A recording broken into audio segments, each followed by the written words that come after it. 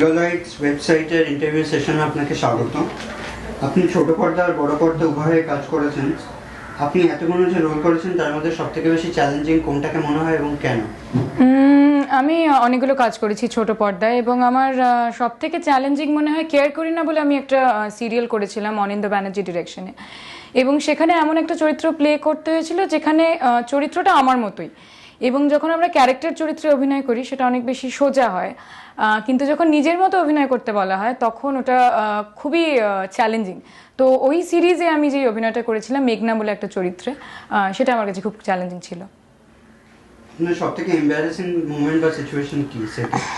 প্রচুর অনেক, প্রায় সব করে সেটি আমি খুব এম্বারেসড হই, কিন্তু সবথেকে এম্বারেসিং ছিল যে কানামাছি বলে একটা ছবির শুটিং যখন আমি করছিলাম তখন আমি আর শ্রাবন্তী আমরা একটা ভীষণ পার্সোনাল আলোচনা করছিলাম, এবং আমরা ভুলে গেছিলাম যে শ্রাবন্তীর লেভেলটা অন ছিল, এবং শ্রাবন্তী কথা বলার সময় আমি ওকে বলেছিলাম যে শোন, তোর কি লেভেল অন আছে?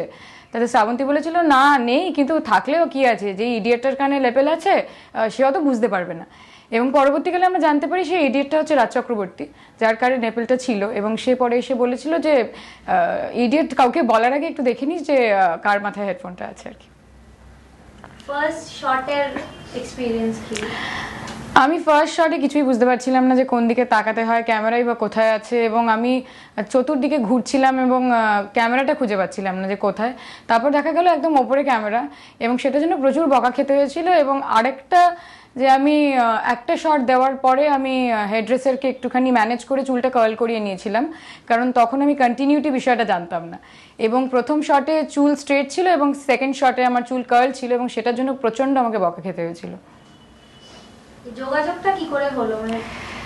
যোগাযোগ হয়ে গেল, আমি জানি না, আমি নিজেও জানি না, কারণ ক্লাস 11 অব্দি আমি ভেবেছিলাম যে নয় হোটেল ম্যানেজমেন্ট করব বা এয়ার হোস্টেস হব, কিন্তু হঠাৎ করে যোগাযোগ হয় এবং যোগাযোগের ফলে আরও যোগাযোগ হয়, এবং এইভাবে কাজ শুরু হয়। যদি তোমার স্টুডেন্ট লাইফ সম্বন্ধে কিছু বলো। আমি যাদবপুর ইউনিভার্সিটিতে পড়াশোনা করছিলাম, এবং সেখানেই আমি কম্পারেটিভ লিটারেচার পড়ছিলাম, পরীক্ষা দিচ্ছিলাম, এবং তার সঙ্গে নানান রকম টেলিভিশন এবং ছবি কাজ করছিলাম। It was a wonderful experience, because Jadavpur university আমরা সবাই জানি একটা খুব রঙিন জায়গা, এবং সেখানে পড়াশোনা করা এবং তাছাড়া জীবন সম্বন্ধে একটা অন্য ধারণা তৈরি করে দেয়। So I am very happy যে আমি যাদবপুর ইউনিভার্সিটির একটা পার্ট ছিলাম, and I had a very rocking student life. এখন রিয়েলিটি শো, বিগ বস জাতীয় রিয়েলিটি শোতে সুযোগ পেলে করবে? সেটা এই মুহূর্তে বলা যাচ্ছে না, কারণ হ্যাঁ, খুবই যদি মনে হয় যে টাকা পয়সার প্রয়োজন তাহলে হয়তো করব, কিন্তু এমনিতে আমি খুব একটা সাপোর্ট করি না। তার কারণ অভিনেতা অভিনেত্রীদের আমার মনে হয় একটু পার্সোনাল জীবনটা এবং নিজে আসলে কি সেটা একটুখানি লুকিয়ে রাখার প্রয়োজন আছে, কারণ সবটাই যদি মানুষ দেখে নেয় তাহলে হয়তো তাকে পর্দায় দেখার ইন্টারেস্টটা অডিয়েন্সে চলে যাবে। তুমি বেশ অনেক রকম রোলে অভিনয় করছো, তো আর কি রকম রোলে নিজেকে দেখতে চাও, এক্সপেরিমেন্ট করতে চাও? সব রকম, এবং আমি খুবই থ্যাঙ্কফুল যে ডিরেক্টররা আমাকে অন্যান্য নানান রকম চরিত্র যেটার সাথে আমার মিল আছে বা মিল নেই, এবং প্রত্যেকটা ছবিতে অন্য ধরনের চরিত্র আমি করে থাকি। তো আমি এক্স্যাক্টলি জানি না, আমি হয়তো A to Z যত রকম রোল হয় সব কিছুই করতে চাই, এক্সপেরিমেন্ট করতে ভালোবাসি, এবং মোটামুটি দাঁড়িয়েও যায় কাজগুলো। সো আমি সব রকমই চেষ্টা করতে চাই, বাকিটা তো অডিয়েন্সের উপর। 1 মিনিট কাটো।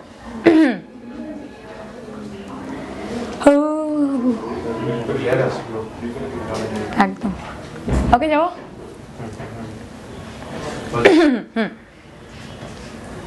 এখন আর কি কি প্রজেক্টস করছো বা আপকামিং প্রজেক্টস কি? আপকামিং 3টে ছবি ডিউ রিলিজ আছে। নভেম্বরে একটা বেরোবে অন্তরাল বলে, সেখানে আমি প্রোটাগনিস্ট করছি, ওটা হর্ষ ছায়া। ও তাই না, পরে ঠিক আছে এমনি নর্মালি বলে দিচ্ছি, চলো।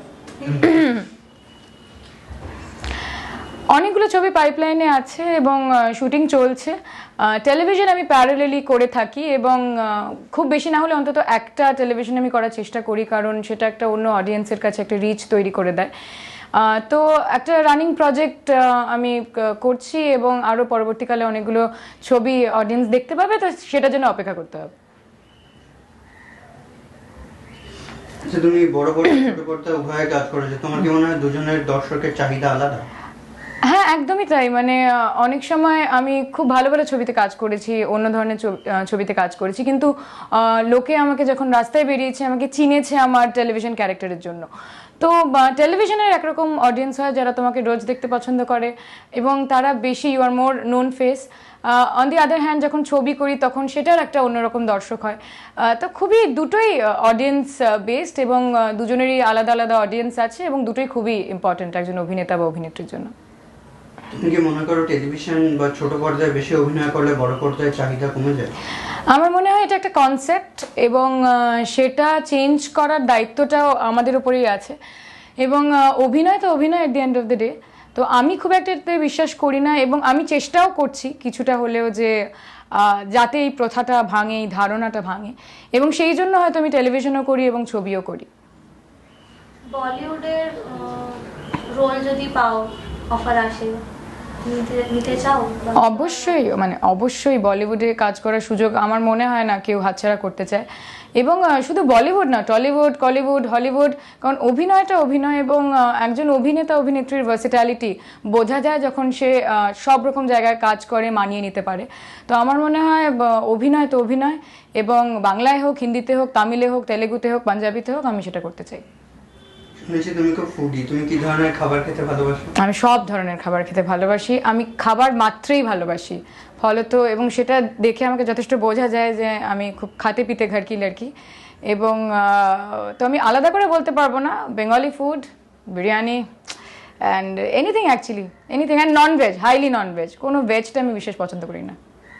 আচ্ছা, এই যে সারাংশ মিডিয়া যে বেঙ্গলাইট ওয়েবসাইটটা খুলছে, এটা সম্বন্ধে তোমার কি মতামত? Great platform. আমার মনে হয় যে যারা নতুন অভিনয় করছে এবং আমাদের অন্য যারা অভিনেতা অভিনেত্রীরা এখন আছে, যারা কাজ করতে চায়, যারা অলরেডি করছে, অনেক দিন ধরে করছে, প্রত্যেকের কাছে একটা খুব বড় প্ল্যাটফর্ম, একটা অন্যরকম রিচ। মানুষ যারা আমাদেরকে অত সচরাচর দেখতে পায় না, আমাদের কথা শুনতে পায় না, তাদের কাছে পৌঁছে যাওয়ার একটা খুব বড় মাধ্যম। এবং আমি খুবই খুশি এবং প্রচণ্ড, মানে আমার মনে হয় যে it's a big big platform, যেটা আমাদেরকে অভিনেতা অভিনেত্রীদেরকে আরও অনেকটা অ্যাভেলেবল করে দেবে অডিয়েন্সের কাছে। So I wish them all the very best. Thank you.